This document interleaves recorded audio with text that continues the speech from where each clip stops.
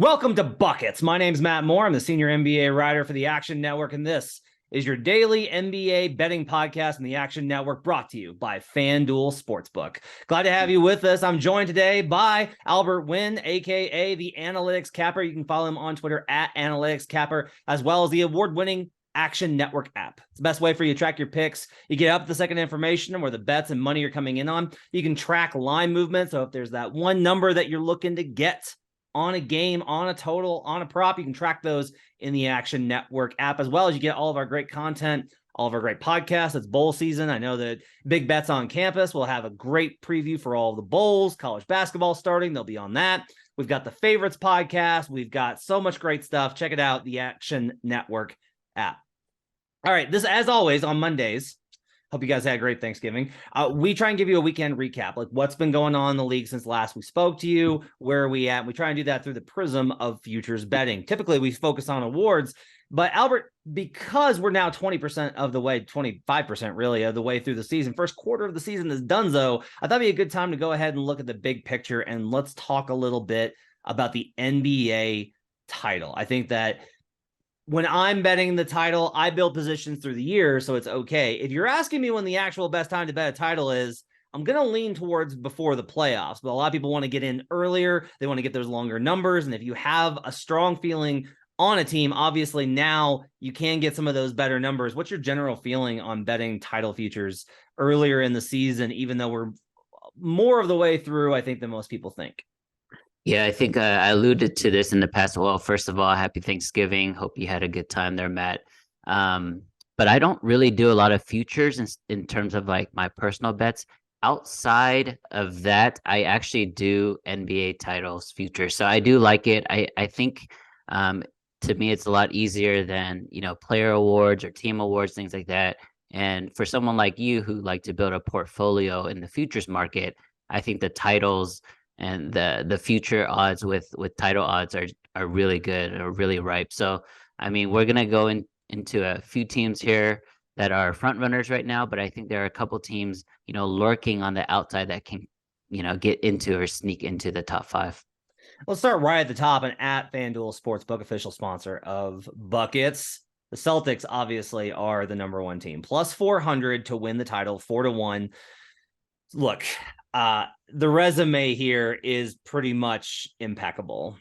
If we look at this across any sort of metric that you want, best record in the league at 16-4. They're the number one adjusted net rating at dunks and threes, with the number one offense at 121.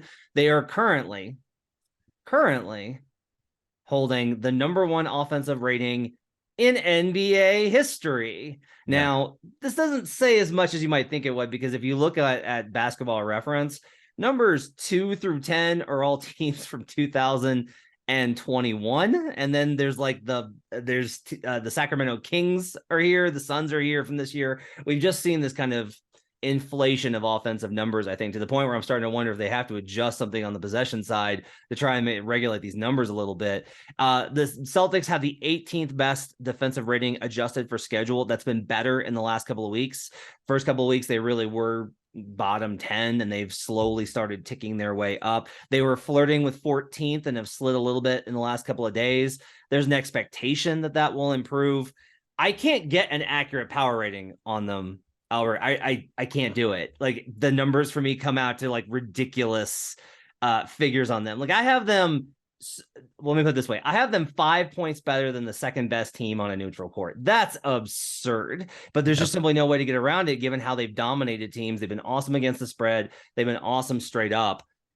The question here, and I think the Celtics are fascinating, it really is do we think that this is who the Celtics really are? Is this who the Celtics are going to be for the next 7 months? Are the Boston Celtics, if the Celtics win the title, we'll look back at this and say, you could have gotten plus 400 on a team that told you Exactly they were the best team in the league, and you could have gotten that early. Should we believe them based off of what they've told us with their play, which is that they are by far the best team in the NBA? We should definitely believe them. Getting 4-1 odds on a team I can't name 3 other teams that are better. So just from that rationale standpoint there, I think it's Boston Celtics are the play. And we've seen this happen not only once or twice, but this is a frequent occurrence in the NBA where you lose the title and the very next year you come back and you come back with a vengeance and you come back to win it, right? We saw it with the Warriors against the Cavs. We saw it with the Cavs against the Warriors. We saw the Spurs losing to the Heat losing to the Mavs. All these teams that lost the previous year, they come back stronger. They're hungrier and they are just, ripe to win the title. I think Celtics at plus 400 is great. They still don't even have their best defensive player yet into the fold in Robert Williams. Obviously, we're going to get some type of regression here with Jason Tatum and Jaylen Brown. They're just shooting out of their minds right now, but I don't think it's going to go down that much, to be honest. I think this team is super motivated, like I said, and they have the perfect mix of young guys, 5 to 7 year guys, and then like older veterans like Al Horford to keep them afloat. So I think it's a perfect team. I think they're going to continue to roll through the NBA regular season, and with the home court advantage in the playoffs, 4-1, this is amazing odds. All right, so I'll push back a little bit. For starters, this team was really mediocre offensively last year. Like they just were. Even during their huge run, they were still just like, yeah, pretty good offensively, but not really elite. And we saw in the playoffs that was really their problem, is versus the Bucks, they had a hard time scoring, and versus the Warriors, they couldn't stop turning the ball over. And now all of a sudden they're the best offense that we've ever seen without what I would say is a top 5 player in the league. Tatum has played like it, right? So Tatum is top 6 in MVP odds. And I think that right now I'd have to have him somewhere between 3rd and 4th, depending on how I kind of settled on things. Is this just who Jason Tatum is? Like, is Jason Tatum just here? What really? And even then, like his numbers don't really stack up against the other MVP candidates. I posted the numbers on Twitter at HB Basketball on Monday morning. The numbers don't really suggest that. Now, what's interesting is, if we're going to say that there's going to be offensive regression, I'd have to be able to point you to a figure that says like, aha, this is where the smoke and mirrors come from. But second spectrum data that's got expected field goal percentage based off of shot location, contest level, and the shooter, most importantly. There's 2 different measures. There's one that factors the shooter and one that doesn't. It basically says that the Celtics are shooting slightly above what you would expect. Just really good.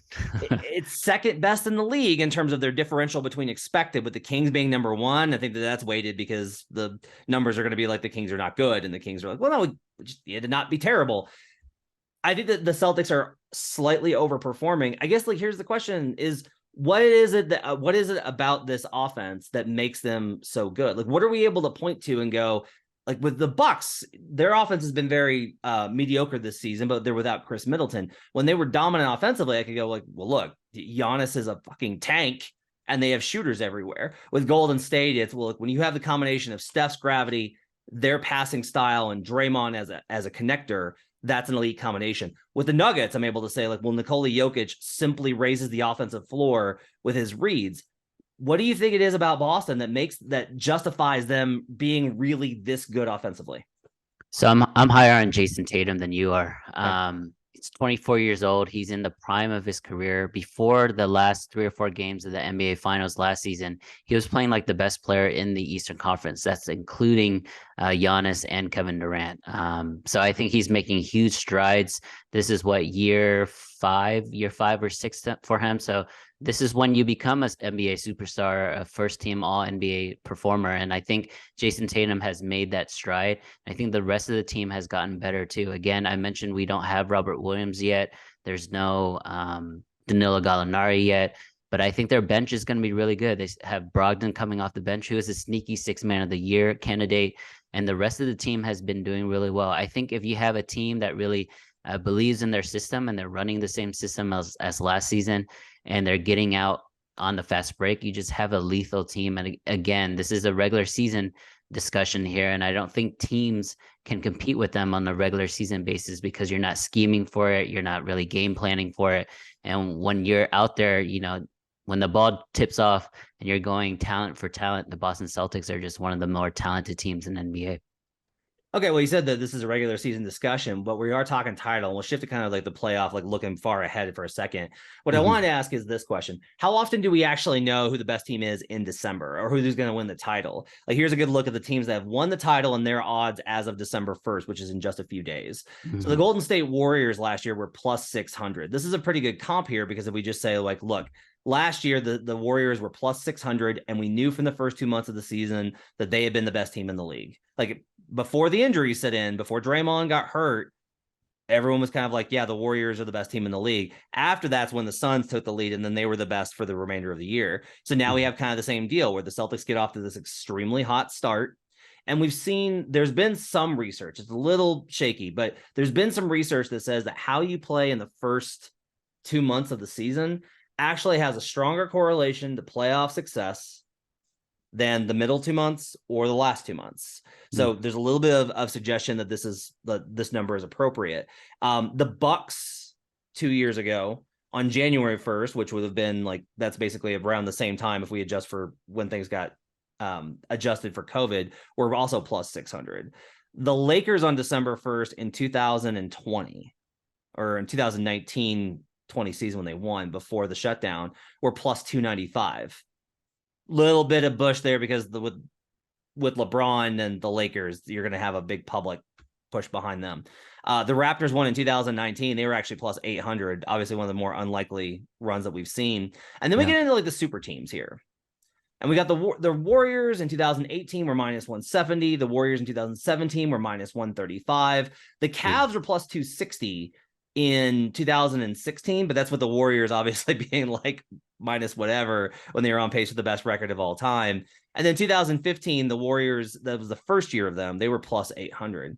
My point here is largely that this number sits somewhere in between when we've had a better kind of separation of teams in terms of there hasn't been like one dominant super team. The Celtics are somewhere in between. They're between what the super team numbers are.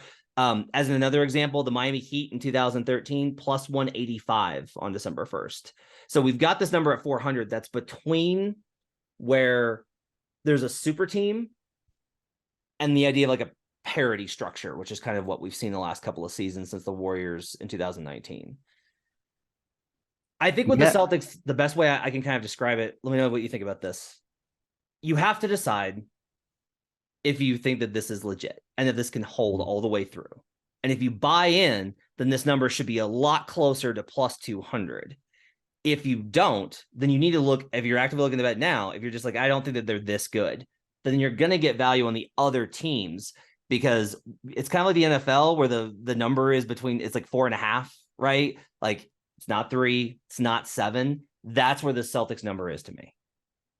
Yeah, I mean, 400 is still, you still have to err on the side of caution when it comes to the Celtics, because you're right, they are playing at an astronomical level here, greatest offense of all time. But I do believe in this team. I mean, I'm going to say it again. I think when you have one of the top players in the league, and I think Jason Tatum at age 24 is becoming that in year 5, year 6. I forgot the exact number of years there, drafted in 2017, I believe. But I just think once you have a top candidate, an MVP candidate, you are destined to be a top 4 team in the league. So a conference finals at the very least. Yeah. The fact that this team went through it already last season, and like I said, I laid it out earlier. I think so many teams have done that, where they make it to the promised land and fail right at the very last step. I think this team, it really just galvanizes them moving forward. And the thing is, I don't even think they're really that focused on the regular season. I think they want to get healthy and they want to peak in the, in the postseason. But with that being said, they're just so good, Matt. It's tough to bet against them night to night, even if the spot is against them, because when you're just looking at each of these games in a vacuum, Boston Celtics are just better than everyone. Yeah. But if you're looking at the big picture, sure, there are other teams that are contenders or competitors, the Warriors, the Bucks, teams like that. But on a night-to-night basis, there's just not many teams that can beat the Boston Celtics. Yeah, I mean, look, we're recording this on Monday night or Monday at midday, and the Celtics are on a back-to-back. Jaylen Brown's questionable. Al Horford's out. Tatum should be back for this one. He's not on the injury report. and I'm laying 10.5 of them just because I'm just like, look, the number says that this is where what like there's clearance here. The number says that I have a gap between what the number should be and this. They've just been that dominant. You made a good point there about the conference finals. So we kind of touched on this when Brandon and I did our how to bet title futures in the preseason. You can go back and listen to that episode. One of the things that I really kind of focused on was you have to believe that that team can get to the Final Four. Like we don't talk about the Final Four in the NBA, but if you believe that they can get there, then that pick probably has value from the perspective of you're going to have hedge opportunities, right? If Boston makes the conference finals and they have home court, which you would expect based on their track, like their projected record, then you're going to have them probably as a favorite in the conference finals, which allows you a small hedge opportunity. And then depending on who they face, like Golden State, it would probably be close, right? Even after last year, if the Celtics have a definably better record. But if it's, here's the other thing is you do, I ran into this problem is how many teams do I think can actually beat the Celtics in 7 games? Yeah. And I just don't have that many. It's basically, I know the Bucks can. I think the Cavaliers, I know this is crazy, but I'm going to put the Nets in the conversation. Have Kevin Durant. And then maybe the Sixers, but I would bet heavily on the Celtics given the Al Horford versus Embiid matchup. And that's it. Like that those are the only teams, and they're only going to have to face 2 of those to get to the conference finals. Yep. So from that perspective, there probably is value if you're somebody that's looking to hedge, but you will have to accept that it's going to get real tight when you may face, maybe they luck out and they face a team that's not in their class in the finals. Maybe the West has shenanigans, or maybe they face a team that they're just massive favorites against in the conference finals. There's those kind of opportunities. I still kind of think that you're buying at the highest price point that you may see over the next 5 months. But at the same time, if the Celtics do continue, you're never going to see plus 400 again. This is the last time that you'll see the number. I don't even know if this is going out on the limb, but I don't, to me, it doesn't matter who they're going to face. If they make it to the finals, I don't think it matters who they're going to face in the Western Conference Finals. They're going to be favorites. I just think they're far and away better than any team in the West, including the Warriors, even though the Warriors beat them last year. And you mentioned some of the contenders on the East. They might only have to play only one of them, right? Because if they're going to finish first, they're going to play a weak team, right? A play-in team. And then the 4-5 could be like the Hawks or the Pacers. Yeah. And then the Bucks, Sixers, and Nets are all going to beat up each other. So, I mean, they might have a really easy road to the finals, but you're right. A lot of great hedge opportunities.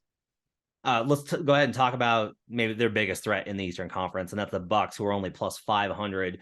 The Bucks now, a pretty impressive start for them, given that they've been without Chris Middleton the entire way. Chris Middleton hasn't played yet, and the Bucks are second in the East, a game and a half back of Boston. Even after that hot start, the Bucks are 14-5. Now, under the hood, things get a little bit shakier for the Milwaukee Bucks. They're 6th in adjusted net rating, 18th in offense, 1st in defense. Their defense has been absolutely incredible. The argument, I think, for betting the Bucks right now is if you buy into the idea of the best player is what matters. If you're just like, I just want my money behind who the best player is. Jason Tatum has been phenomenal. Giannis is a whole other thing. Like Giannis is, Luka called him the best player in the world after the Bucks jumped up and down on the Mavs on Sunday. Every time I watch the Bucks, like the Cavs game, their latest Cavs game, Cavs had the lead. Everything was looking good for the Cavs. And then Giannis has this stretch. Albert, he just tears through them for like 7 minutes. And it is that's like an elite Godzilla, defense just too, rampaging through them. So the Bucks are really good. They have all this defense. They're likely to make a trade at some point to improve, I think, the wing. But ultimately, I think this comes down to they managed to get by Giannis last year just by the hair on their chins because they had Chris Middleton out. Does that wind up repeating this year? If the Bucks are fully healthy, I'm probably going to bet the Bucks if they face the Celtics. I agree with you there. I'm a huge Giannis believer. I think he's by far the best player in the world. I don't know if that's going to equate to a MVP. That's something we'll talk about later. But you're right. Doing this without their second best player and arguably their best player in the half court offense and Chris Middleton is super impressive. And I think the one thing that you alluded to is that is very important. The Bucks are going to make a move, and I think it is going to be on the wings. Grayson Allen's played great for them. Wes Matthews has done a serviceable job for them, but they are lacking some athleticism there. They can't rely on Giannis for 100 games playing 40 minutes and Bobby Portis to make 4 or 5 threes a game. So I think they just need to have, a little more firepower there. And I do think they're going to do it. Once Chris Middleton comes back, I mean, they're going to be lethal, not only in the open court, but the half court as well. And he's a very good defensive player. So right now at plus 500, I think this is the best value on the board, even though it is one of the favorites.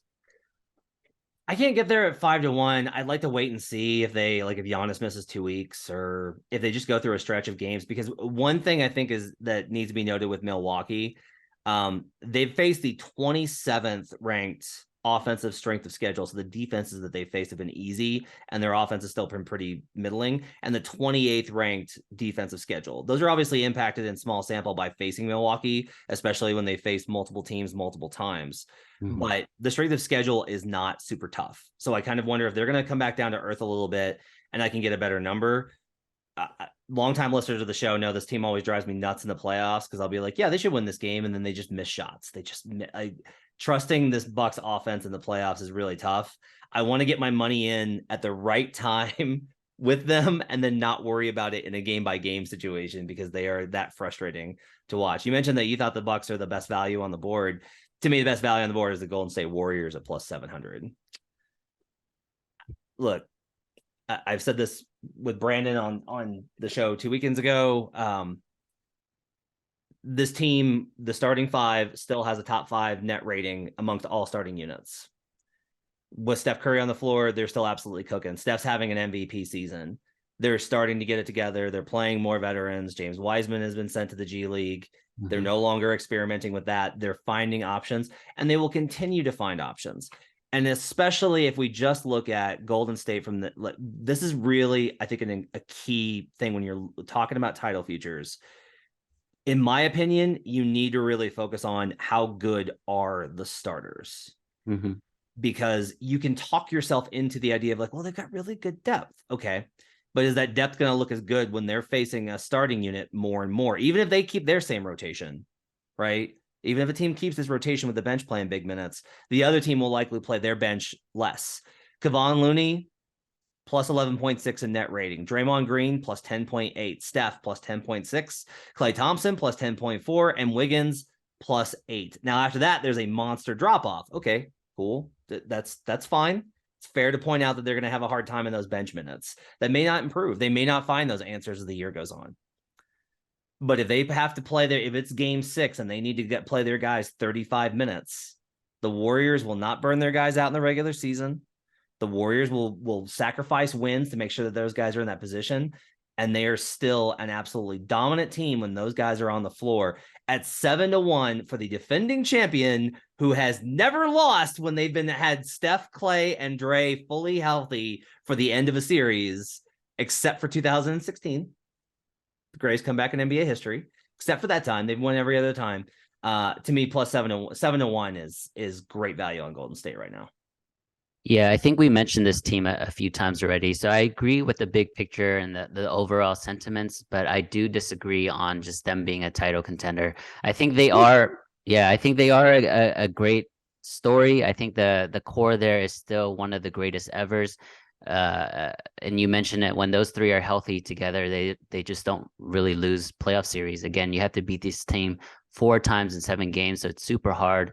But with that being said, I just think the road is too difficult because I don't think they're going to be able to get a top 4 seed in the West. So they're going to have to start on the road on all 3 series, most likely. And again, they don't play enough defense. A lot of that, like you said, Matt, is because they were experimenting with lineups early in the season, and they're not going to run their old guys out there playing 40 minutes a game. So yes, their ratings are going to be a lot. It's not as desirable as someone like a Boston Celtics when their star player is only 24 years old. But being the 28th ranked defense is very troublesome for me. I don't think you're going to be able to fix those bad habits overnight. They are going to flip a switch once the playoffs start, but it's hard for a team, for any team, even, a team with the greatness of Steph Curry, to just flip a switch from the 20th ranked defense in the entire league to playing championship caliber defense. And I think that's where the difference is going to be. 20th ranked and schedule adjusted. We'll see if the schedule kind of aims their way, if they're able to beat up on some teams and raise that number. One long shot I'll throw out here, and I can't believe I'm saying this. Look, the Brooklyn Nets are 17-1. I've made my thoughts very clear on this team. They're the most frustrating team in the league to me. They continue to be that. This team is under. They are a team that, from a betting perspective, is probably extremely good value right now, whether for the East or seeding, which you can still get some books, or for the title. The reality is that Nick Claxton's playing really well this season. Royce O'Neal's played really well this season. They had a lot of things going right for them. They have big matchup disadvantages when they face dominant, versatile bigs. Those teams give them a lot of trouble. Like Domantas Sabonis tears them up, right? They'll have trouble with Nikola Jokic, these type of players. There's not that many in the East. There's just not. Like, you're not worried about Robert Williams. Al Horford will probably do damage versus them. A lot of this is tough because I think that the superstar, big name marquee guys inflate their value in the market. Yeah. But I think the perception of them being totally a wreck and just a train wreck probably goes the other way and truncates their value a little bit. Based off of my power ratings and the overall net ratings, like if you just want to look at net ratings, Brooklyn has the 10th best adjusted net rating with the 8th best offense and 19th in defense. They have Kevin Durant, who's still awesome. The injuries with him, I think he'll probably miss time at some point. But it's 17-1, Albert. Like, I cannot deny, as no matter how much I don't want to put money on Kyrie Irving and trust him, this team under the hood is really good. So I fully agree. I think the Nets are, without a doubt, the third best team in the conference, behind the Celtics and the Bucks, especially when the Bucks get Chris Middleton back. I think we need to give Royce O'Neal his flowers, man. Yeah. I think with all the different lineup changes, Kyrie being in and out, Royce O'Neal has played kind of the quasi point guard for that team. And he's had games with 12, 13, 14 assists. You would never expect someone like Royce O'Neal coming out of Baylor and playing at Utah to have that type of floor game. So, I mean, props to him there. You mentioned Nick Claxton. He's doing well, but I don't think that they have enough, I guess, girth or size inside to really compete with the big boys, especially when Robert Williams comes back, especially when the Bucks are healthy with Giannis and Brook Lopez. But from a big picture standpoint, I think this could be Kevin Durant's really last hurrah as being a true championship contender, Matt. I mean, he's 34 years old. Giannis is only 27. Tatum is only 24. You'll only expect those two guys to get better. And Kevin Durant, like you said, there's always going to be injury concerns. And I mean, outside of the Bucks, who I think they have a really good shot at, because the Bucks offense is, I don't think they can handle the Nets offense. With that being said, the other team, right, the Boston Celtics swept them in the first round last year. And that was with, a lot of unrest and a lot of unraveling on the Brooklyn Nets as well. So, I mean, this is a tough team to cap. It's a tough team to look at night to night. But 17-1, you're right. I mean, it's good value because you're still getting the top 3, top 5 best player in the world. Let's go to the MIC, Mike, which is the most important covers. This talks about what we saw over the weekend and what's most important to look at from the weekend. The Bucks go to 2-0 versus the Cleveland Cavaliers. That could really wind up mattering for division bets down the line. Cavaliers were a very trendy division bet. Look, the Cavaliers, I think, have been great. I have a hard time. It's basically, does Giannis get hurt for, like, how long does Giannis miss time if he gets hurt? That to me is the only way that the Cavaliers are going to be able to take the division. It's just tiebreakers, so they would have to wind up tied, but the Bucks really kind of showing that they're a class above on the Cavaliers, even with as good as the Cavaliers been. That was telling to me. It's not definitive. I'm not like ruling the Cavaliers out of playoff success or anything, but it's just like, it's a data point in our analysis of the Cavs, I think. Yeah, I agree with you. Like you mentioned, Cleveland actually outplayed Milwaukee in that game. I think the most recent game, and it was the 5 to 7 minute stretch that Giannis just went bonkers that really flipped the game. But before that, the guard play of Cleveland was giving Milwaukee fits, and I think Cleveland is still a work in progress. We know what Milwaukee is. They've been a championship contender now for several years as Giannis is, growing into the peak of his powers currently. But Cleveland is still a team that's still adjusting and integrating their players. So I do think that Cleveland is only going to get better from here. So I wouldn't say this division bet is dead yet, but going 0-2 and not having those tiebreakers are really big. The Lakers are on a roll. Are the Lakers back? Or have they just played some shitty teams? Because they've played the Spurs 3 times, the Pistons, and the Nets, who are in a nightlife spot on over the weekend. I'll say this. The Lakers are playing better. They get LeBron back, AD sits, right? It's hard getting both of the guys on the floor at the same time. They're just 5-5 in their last 10, right? For all of like the kind of momentum, they're still just 500 over the last 10 games. I think a lot of the optimism is just based off of who they've played. I just think that they've played a favorable schedule stretch. I don't think that the Lakers are one of the worst teams in the league. I don't think the Pelicans, unless the lottery bounces their way, are going to wind up with a top 3 pick. But I do think that the Lakers are probably much closer to like a Washington Wizards than they are to a Cleveland Cavaliers. And so, like, look, it's something to build on, but I feel like I'm a little bit worried this might be a dead cat bounce a little bit here with the Lakers. What do you think? Yeah, I think it's a little bit of both. I think always getting back LeBron James is a good thing, even though when he comes back from a handicapping standpoint, I usually fade those spots. The Lakers are 7-11. They're 13th in the West. The beauty of this conference right now is everybody is so bunched up. They could go on a 3 or 4 game winning streak and catapult up to 9 or 10. Do it again, and they catapult up a couple few spots there. With that being said, I think, like I said, it's a little bit of both. So they are playing better. I think they have their rotations a little more firmed up. It is still Darvin Ham's first season as head coach, so he's actually learning on the fly as well. And then they're playing a cupcake schedule. I think it's going to get much harder. But with that being said, with LeBron, taking 3 weeks off due to injury, maybe he's going to be more fresh. Anthony Davis right now taking time off. He's going to be more fresh. Maybe they are going to make some noise in December. We'll see. I'm just intrigued to see if they're going to make any moves from a personnel standpoint. Utah is 3-7 in their last 10, and everybody that did not like this team's construction is like, oh, I guess they're not as good as we thought they were. It's funny, they've still had some really good wins in there. Of those 3 wins were really good wins, and they had a really tough East Coast road trip, then came back and had a West Coast swing. They faced really tough teams. 4 of their last 5 are on the road, and they caught the Pistons. The Pistons were on the altitude back to back, but they basically played the Pistons when the Pistons are playing their best basketball of the season. I don't know how without Cade Cunningham, but like Killian Hayes is playing well. So back-to-backs are also easier early in the season. I did some numbers on that for Green Dot Daily. You can check it out in the app. They've got 6 games at home coming up. They're versus pretty good opponents, but they're all revenge spots, right? Where they've played the team recently, so they have a little bit more motivation and have a little bit more familiarity with the opponent. Are you counting? Is this it? Is Utah's cute little run over? Are they what I call a mirror team, which they got to November and realized, oh no, we suck? Or do you think Utah can get this thing back on track? No, I think Utah is legit.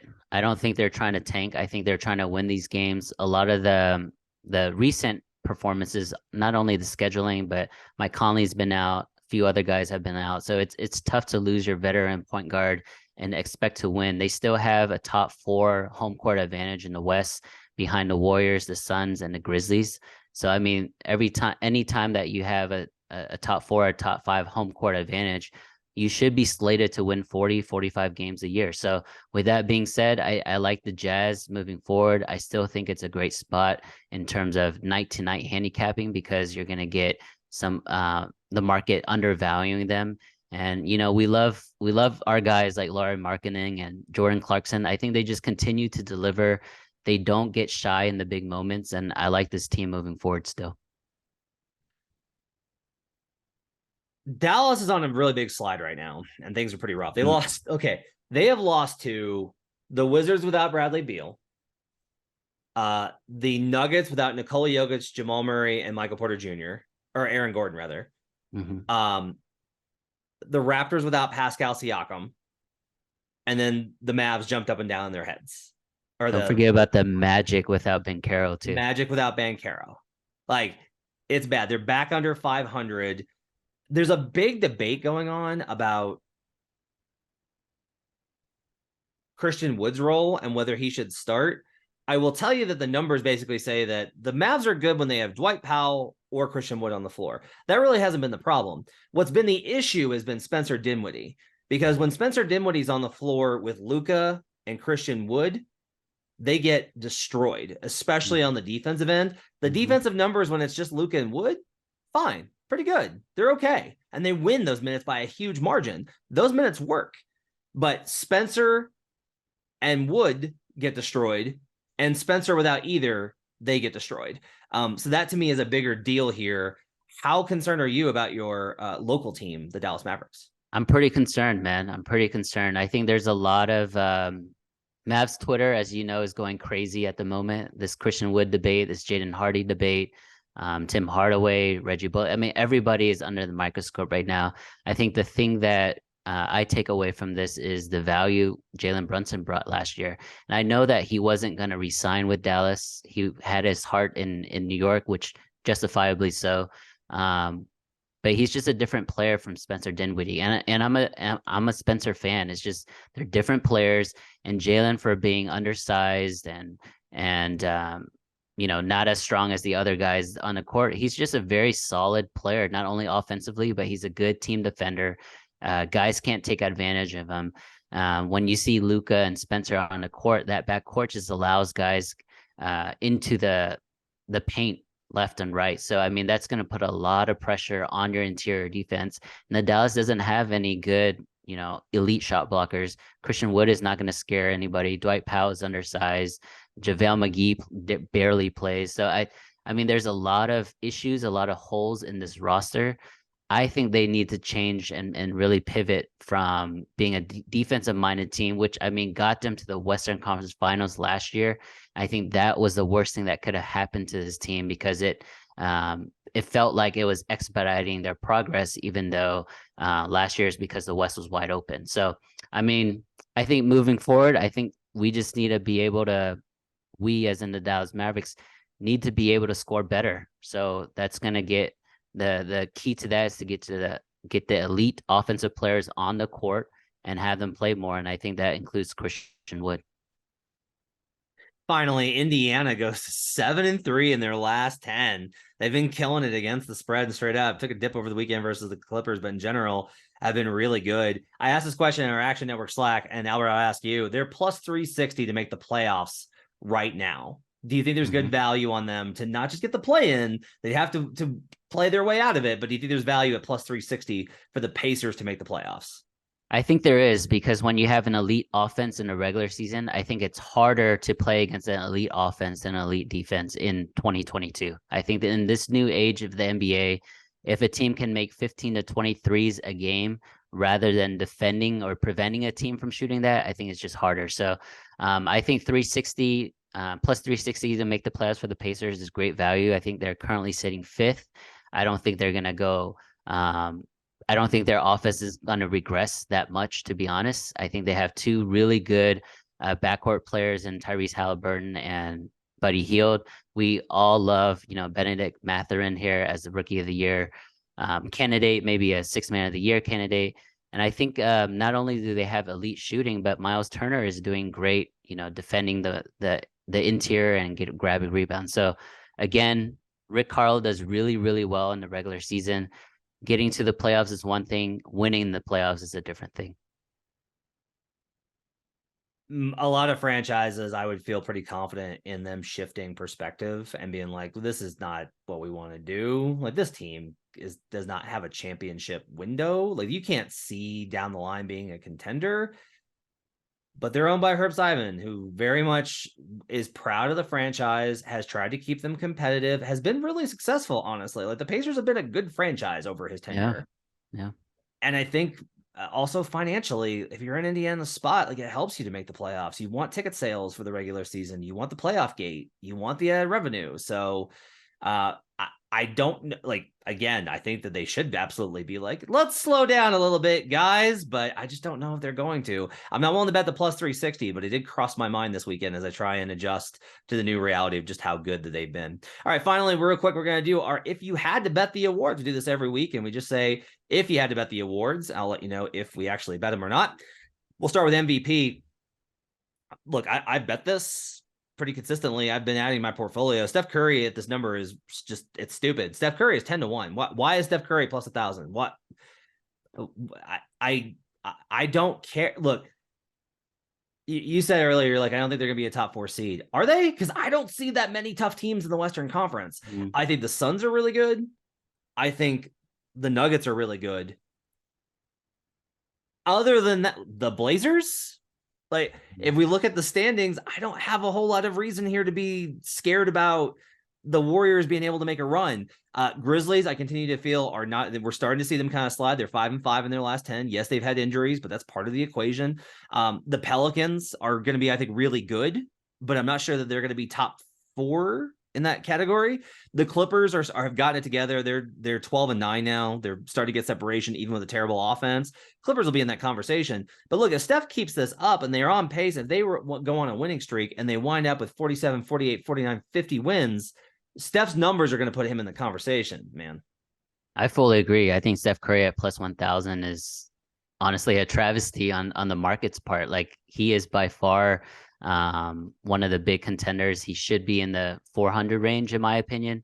But when you mentioned the Pelicans, I think I'm going to go out on the limb and say they will finish in the top 4, Matt. I love the Pelicans this year. I think from a regular season standpoint, they want to finish in the top 4, which is different from someone like the Warriors, where they just want to be healthy. Who do you like for MVP if you had to bet it now? Yeah, right now I mentioned them. I do like Jason Tatum at plus 370 on the FanDuel right now. I think he's the best player on the best team, and I think they're going to end up winning over 80% of their games, which is absurd. But looking at, the previous MVP here, 2-time MVP, Nikola Jokic, deservingly so. But his team records weren't that great, right? Last season, he finished 48-34, or the Nuggets finished 48-34. Before that, 47-25 in a shortened season. So when I looked at that record, I was like, if the Mavericks can get there, if they can get to 45 wins, is this Luka's award to lose? Because his numbers are absurd. He's still the number 1, points per game average in the league. And I was doing a filter earlier. Out of all the guys that average 20 or more points in the league, he has the second most steals. Luka Doncic averages 1.7 steals a game, which is, honestly, that jumped off the page more than any other statistic that I looked at. So I think Luka's numbers are going to be there for sure. And if the Mavericks can get, 45, 47 wins like the Nuggets last year, I think it's his award to lose. And it's really telling to me, Matt, that even in this slide that the Mavericks are going through, I think they've lost 7 out of the last 10 games. The odds haven't changed. It's still Luka and Giannis top 2. And some books still have Luka as the number 1 favorite.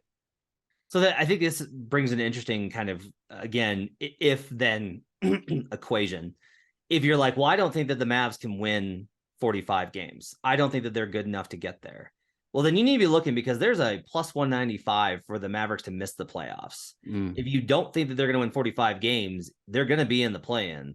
And there's a very good possibility that they can lose that spot. Those teams will be pretty good. So there's probably value there. If you do think they can win 45, then yeah, I think Luka. Look, my position on Luka is set. I've already got enough in on Luka. One of the things that's kind of interesting is Giannis has the same usage, or a higher usage now, than Luka, which I was really surprised at when I saw that this morning when I did the MVP look. He has an absolutely ridiculous 39% usage rate. That's highest among the top 6 in MVP odds at FanDuel. Luka's at 39.4, and B's at 37.9. Luka's all the way down now at 37.8. Luka does lead most of the advanced categories because of his contributions across the board statistically. I think that there are better values on the board right now, but I do think that Luka, like, if you want to be able to say, I just want a guy that's going to be in the top 3 voting come March, and then I can figure out my position, Luka's going to be in that conversation. Like, no matter what happens, Luka will be in that conversation. Let's go to 6 man. I have a weird one. So this player isn't even listed right now at FanDuel. And I'm trying to find somewhere that's got him, but I just wanted to kind of mention him as like a guy to look out for. And people are going to think this is very strange. Alec Burks. Okay, if a book actually is brave enough to put him on the board, put Alec Burks on the board, you cowards. Burks actually averages the second most points per game in the last 3 weeks coming off the bench. So a lot of this is like looking at how the season has evolved, and Russ's numbers are starting to dip down a little bit more. He's no longer the scoring leader, obviously going to rack up the assist. He's still the favorite. Poole still hasn't made, he's been getting a little bit better, but Poole still hasn't made massive strides in that category. And you say like, all right, is Alec Burks on a terrible, horrible, really awful Pistons team going to win it? No, but what if Alec Burks gets moved in December? What if the Pistons, because the Pistons pretty clearly took Alec Burks and Bogdanovich for their retradability. So if Burks got moved to a contending team and he had the numbers boosted from early in the season, I think there's a little bit of number there. The reason I bring him up mostly, Albert, is I do not have a good bet for this right now. I think Christian Wood's going to wind up starting. And if Wood starts, then he's dead, then his bet's dead. I don't have a good value here for 6th man of the year. And so that's why I'm with Alec Burks. It was off the board. Yeah, you see the notes on the rundown for me as well. It's hard. It's kind of like grasping at straws. I wanted to give Malik Beasley some shine here. Plus 2,800. I think the comp with him is Norman Powell. I think they play a very similar role on each respective team, but he's averaging more points than Norman Powell. He has a better shooting percentage. He's making more threes and he's grabbing more rebounds. So, and the Utah Jazz I think they're around the same record as far as the Clippers. So I want to give Malik Beasley some props there, some shine. My thing is, if the Celtics continue to dominate the regular season and win 80% of their games, maybe they just win multiple awards. You know, we've seen this in the past, mid-2000s when it comes to the Suns, Nash, Boris Diaw, Barbosa, Mike D'Antoni. They just swept the board those couple of years there. And so maybe we see something similar. Maybe Tatum doesn't win the MVP, but they win the Coach of the Year and they win a 6th man of the year, something like that. So Brogdon at plus 1,400, although he doesn't have the numbers, Matt, he might have the overall team success that's overwhelming, and he's part of the final 3 there. Most improved player, Shea is minus 135. 3 weeks ago when we did this, it was plus 200. A couple weeks before that, he was plus 700. Been betting it consistently. I will just keep betting it. We are in the exact same spot here with Shai Gilgeous-Alexander we were in with John Morant last year. Makes a leap from star to superstar. His numbers are an MVP level like Jaws were last year. Shai's not going to win MVP, so I don't have to necessarily worry about that. If he's in the MVP discussion, but he doesn't win MVP and he makes this kind of a leap, Shai's going to win it. If OKC hangs, the only thing with this is just the direction of the Thunder. And I continue to say, I don't know conclusively that OKC is going to shift directions. I don't know that they are or not. But as long as they're not, then Shai Gilgeous-Alexander, even at minus 135, has really good value here. If Shai plays 60 games, Matt, and he doesn't win, I'm done with this award. Like, I'm done. Like, it doesn't make sense to me. He's not only the clear-cut winner in this, but he's a bona fide MVP candidate right now. He's 3rd in the league in scoring. He's shooting over 51% from the field, 92% from the free throw line. He's 6th in PER, top 6 in steals, top 20 in blocks from the point guard position, Matt, top 20 in blocks. So you mentioned him, mentioned this stat last week, stocks, steals plus blocks. I mean, he's going to be up there as one of the top, if not the top guys when it's all said and done. And honestly, like, he's playing like a top 5 player in the league. I know you mentioned Jason Tatum might not be. I think it's between him. I think it's Luka, Giannis, Tatum, and Shai right now. I think they're the top 4. And I think because of that, he should win this. Minus 135, I feel like it's like an insult. This should be much, much juicier, in my opinion. And finally, defensive player of the year. I'll go with Giannis plus 360. But I did want to talk a little bit about Evan Mobley, who is 10-1 right now at FanDuel. So the Cavs have the 3rd best defense. Mobley's been really good. I don't know that Mobley has stood out the way that some of the other guys have. One of the problems continues to be, so the leaders in this category are Brook Lopez at plus 230 and Giannis plus 360. I worry about them cannibalizing each other's vote. Like, our guys I wonder if voters will really put